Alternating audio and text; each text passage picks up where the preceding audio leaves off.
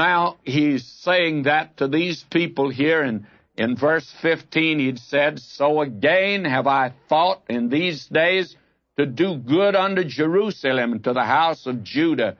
Fear ye not." God says, it's not because you've been through a ritual or whether you omitted a ritual, whether you do or whether you don't.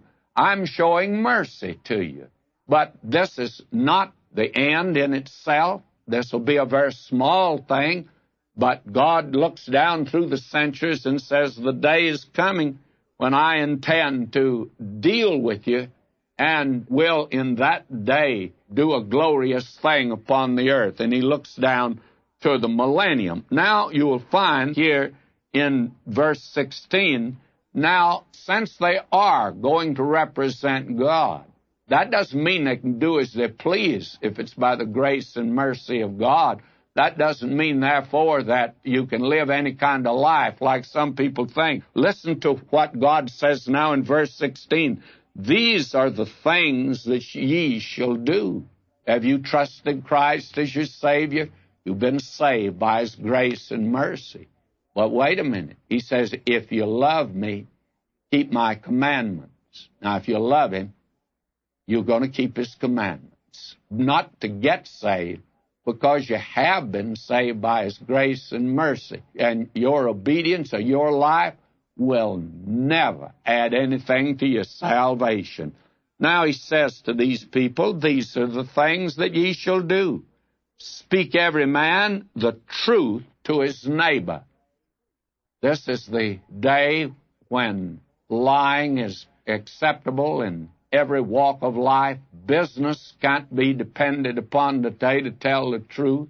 Advertising today is very inaccurate, and the news media cannot be depended upon to tell the truth, and Washington cannot be depended upon to tell the truth.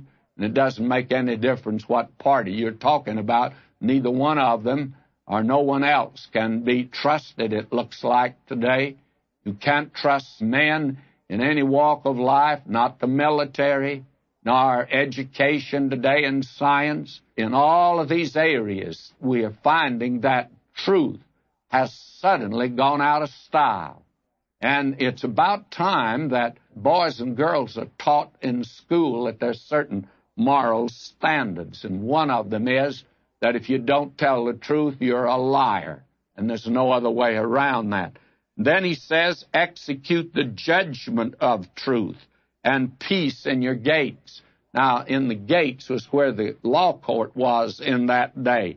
And how many today have even confessed that they lied to a grand jury or lied when they were under oath? Execute the judgment of truth. Now, what he's talking about here is not the act of judging. He's not saying you're not the judge.